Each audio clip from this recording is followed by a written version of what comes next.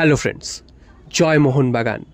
ডার্বির ticket নিয়ে সেই নাটক অব্যাহত, কারণ তোমরা জানো আজ সকাল 11টায় অনলাইন টিকিট দেওয়ার কথা ছিল। গতকালই জানিয়েছিলাম যে অনলাইন টিকিট দেবে, তো ঘোষণা করেছে, ঠিক আছে, তবে সেই টিকিট কি আদৌ কেউ পাবে? তো সেরকমটাই হলো, সকাল 11টায় অনলাইন টিকিট দেওয়ার কথা ঘোষণা করেছিল ঠিকই, তবে সেই টিকিটের কিন্তু কোনো দেখা পাওয়া যায়নি। সকাল 11টা থেকে প্রত্যেকেই সেই টিকিটের অ্যাপস বুক মাই শো খুলে বসেছিল এবং সেখানে কিন্তু কোনো টিকিটের কোনো আপডেট কিছু দেখা যাচ্ছিল না। অনেকক্ষণ পর প্রায় 45 মিনিট পর কিন্তু সেইখানে আপডেট আসে এবং দেখা যায় সোল্ড আউট, এবং কিছু জায়গা থেকে লিঙ্ক দিয়ে টিকিট দেখা যাচ্ছিল, সেখানেও সোল্ড আউটই দেখাচ্ছিল। সুতরাং নাকি শোনা গেছে 15 সেকেন্ড মতন নাকি টিকিট পাওয়া গেছে, তার বাইরে আর কিছু টিকিট পাওয়া যায়নি। অর্থাৎ বুঝতে পারছো, 15 সেকেন্ডের মধ্যে সমস্ত টিকিট সোল্ড আউট দেখিয়ে দিয়েছে। কত বড় স্ক্যাম করেছে ডুরান্ড কমিটি এবার বোঝা যাচ্ছে। গত 2-3 বছর ধরে অনলাইনে কোনো টিকিট ছাড়ার ব্যবস্থাই করেনি, সব অফলাইনে ছেড়েছিল, এবং তার ফলস্বরূপ আমরা দেখেছিলাম রাত 3টে থেকে লোকে লাইন দিয়ে দাঁড়িয়েছে এবং তারপরেও কেউ টিকিট পাচ্ছিল না, এবং সব ব্ল্যাক হচ্ছিল, সেই স্টেডিয়ামের বাইরে থেকে সব ব্ল্যাকে টিকিট কাটছিল।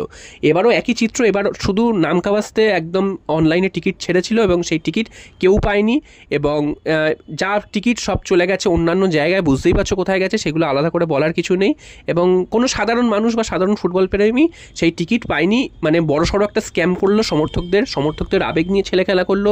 যারা প্রত্যেক দিন মাঠে যায়, যারা প্রত্যেক দিন খেলা দেখতে যায়, যাদের আবেগ রয়েছে, তাদেরকে নিয়ে ছেলে খেলা করলো এই ডুরান্ড ম্যানেজমেন্ট, এই ডুরান্ড কমিটি বা বুক মাই শো, যারাই হোক, এই ছেলে খেলা করেছে, এবং এটা প্রত্যেক বছর চলবে। তো এইটার কোনো বিহিত কোনো দিন হচ্ছে না, প্রত্যেক দিন বছরের পর বছর চলছে, এবং এরা একটা সুযোগ পেয়ে গেছে যে এই বড় ম্যাচ করে টাকা আদায়, এবং সেই টাকাটা তারা আদায় করে নেবে, এবং দেখা যাবে যে কেউ টিকিট পায়নি, অথচ ম্যাচের দিন পুরো স্টেডিয়াম ভর্তি। তো বুঝতেই পারছো কোথা থেকে টিকিট কীভাবে কে পাচ্ছে, আলাদা করে আর বলতে হবে না।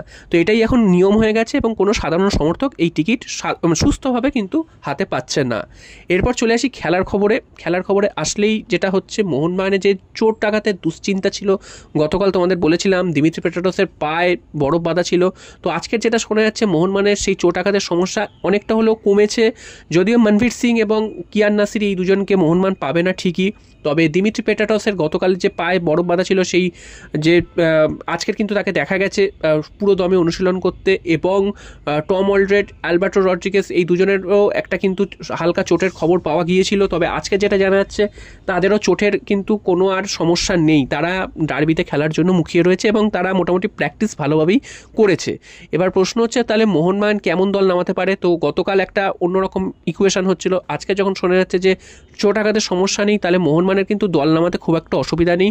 শুধুমাত্র রাইট উইংয়ে মনভীরের জায়গায় তোমাদের গতকালই জানিয়েছিলাম যে পাসাং দর্জি তামাংকে নামানো হবে, তো সেরকমই খেলানো হবে। এছাড়া কিন্তু বাকি টিম প্রায় আনচেঞ্জ থাকবে।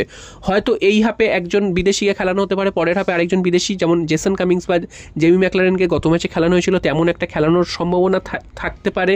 আবার ডিফেন্সও সেরকমই, টম অলড্রেড, অ্যালবার্টো রড্রিগেজ, দুজনকে কিন্তু একসাথে হয়তো কোচ মলিনা খেলাবেন না, দুজনকে কিন্তু অল্টারনেটিভ করে হয়তো খেলাতে পারেন, বা কোনো একজন প্লেয়ারকেই ভরসা রাখতে পারেন। তবে ফরওয়ার্ডে তো অবশ্যই চেঞ্জেস আসবে, জেমি ম্যাকলারেন, জেসন কামিংস দুজনেই খেলবেন, সেটা ম্যাচের গুরুত্ব অনুযায়ী, ম্যাচের কখন কী ফলাফল হচ্ছে সেই অনুযায়ী কিন্তু এইটা হবে। এবং এই ম্যাচটা তোমাদের আবারও জানিয়ে দিই যে এটা নকআউট ম্যাচ, যেহেতু সে কারণে কিন্তু যদি কোনো কারণে অমীমাংসিত থাকে খেলার রেজাল্ট, সেক্ষেত্রে টাইব্রেকারে যাবে, এবং এখানে যে এক্সট্রা টাইমের ব্যাপার 30 মিনিট, সেটা কিন্তু এই কোয়ার্টার ফাইনাল, সেমিফাইনালে থাকবে না, একমাত্র ফাইনালেই থাকবে। তো সুতরাং বুঝতেই পারছো, ম্যাচটা যদি অমীমাংসিত থাকে সেক্ষেত্রে টাইব্রেকারে যাবে, সেটাও কিন্তু মোহনবাগানকে প্র্যাকটিস করে রাখতে হবে। যদি কোনো কারণে ম্যাচটা ফয়সালা না হলো, সেক্ষেত্রে টাইব্রেকারে যাতে ম্যাচটা বের করে আনতে পারে। এবং আমাদের যা টিম আছে তা কিন্তু আমরা ভরসা রাখছি, আমরা এই ম্যাচটা বের করে নিতে পারবো। যদিও অন্যান্য বছরের তুলনায় ইস্টবেঙ্গলের দল কিন্তু এবার অনেকটাই ভালো করেছে, তারা বেশ ভালো কয়েকটা ম্যাচ জিতে এসছে, এবং তাদেরও কিন্তু একটা কনফিডেন্সের মধ্যে রয়েছে, এবং আমরাও কিন্তু ভালো খেলছি, আমরাও 3টে ম্যাচ জিতে এসেছি, আমাদেরও একটা কনফিডেন্স তৈরি হয়েছে। তবে সেটা দেখতে হবে যেটা ওভার কনফিডেন্সে যেন হয়ে না যায়, যার ফলে কিন্তু 2 বছর আগে যে একটা ডার্বি হয়েছিল গ্রুপ লিগের, ডুরান্ডের গ্রুপ লিগের ডার্বি, সেই ম্যাচটা কিন্তু এই ওভার কনফিডেন্সের জন্যই আমরা হেরেছিলাম। অর্থাৎ প্রথম থেকেই আমাদের একটা মনের মধ্যে ঢুকে গেছিলো যে আমরা ম্যাচটা যেভাবেই হোক জিতে যাচ্ছি, তো এইটার ফলেই কিন্তু আমরা ম্যাচটা হারতে বাধ্য হয়েছিলাম।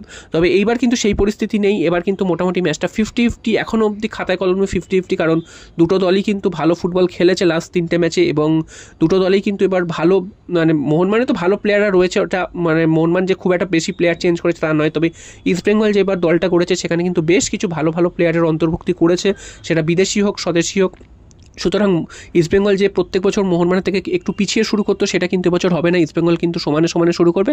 হ্যাঁ, তারপর মাঠে নেমে কে কেমন পারফরমেন্স করলো সেটা তো সেদিনকার মানে ব্যাপার। তো এইটা কিন্তু দেখা যাচ্ছে। তো আমরা আমাদের টিম নিয়েই ভাবছি মোহনবাগান কী করতে পারে, তো সেটা নিয়েই ভাবছি। অবশ্যই ডিফেন্সকে কিন্তু যথেষ্ট সজাগ থাকতে হবে, কারণ গতদিনও দেখেছি ডায়মন্ড হারবারের বিরুদ্ধে আমরা কিন্তু একটা বাজে গোল হজম করেছিলাম, যেই গোলটা আমাদের কিন্তু হজম করা উচিত ছিল না। এবং প্রথম ম্যাচে মোহামেডানের বিরুদ্ধে সেখানেও কিন্তু আমরা একটা বাজে গোল হজম করেছিলাম। তো এই যে বাজে গোল বা আনফোর্সড এরর হিসাবে যে গোলগুলো আমরা খেয়েছি, সেই গোলগুলো যাতে না খাওয়া হয়। এবং ডার্বিতে তো এরকম গোল খাওয়া চলবেই না, এরকম গোল খেলে কিন্তু অনেকটাই মানে মন থেকে কিন্তু অনেকটা পিছিয়ে পড়তে হবে। তো সুতরাং মোহনবাগানকে এই দিকটা সতর্ক থাকতে হবে, কোনোভাবে গোল খাওয়া যাবে না প্রথম কথা, কারণ ম্যাচটা কিন্তু নকআউট ম্যাচ চলছে। তো মোহনবাগানকে কোনোভাবে গোল খাওয়া যাবে না, তারপর মোহনবাগান গোল তুলে নিতে হবে। তো এইটাই কিন্তু আমাদের টার্গেট থাকবে। ইস্টবেঙ্গলের হারানোর তেমন কিছু নেই, কারণ ইস্টবেঙ্গল প্রত্যেক বছরই খারাপ রেজাল্ট করে করে তাদের একটা গায়ে শোয়া হয়ে গেছে। তবে মোহনবাগানে তো সেটা নয়, মোহনবাগানকে ট্রফি জিততে হবে। তো মোহনবাগান যদি এখান থেকে যদি কোনোভাবে বেরিয়ে যায়, সেক্ষেত্রে কিন্তু সমর্থকরা অনেকটাই হতাশ হবে এবং তখন কিন্তু অনেক কিছু প্রশ্ন উঠবে। তো সুতরাং এই জায়গাটা তৈরি হওয়ারই কথা নয়। মোহনবাগানকে কিন্তু যেভাবেই হোক ম্যাচটাকে জিতে বেরিয়ে আসতে হবে এবং মোহনবাগানের যেসব প্লেয়াররা রয়েছে তাদের উপর আমাদের ভরসা রয়েছে, তারা কিন্তু ম্যাচটাকে জিতে বের করে আনবে। মোহনবাগানে একাধিক ম্যাচ জেতানোর প্লেয়ার রয়েছে, যখন তখন ম্যাচের রং ঘুরিয়ে দেওয়ার মতন প্লেয়ার রয়েছে, একাধিক প্লেয়ার রয়েছে।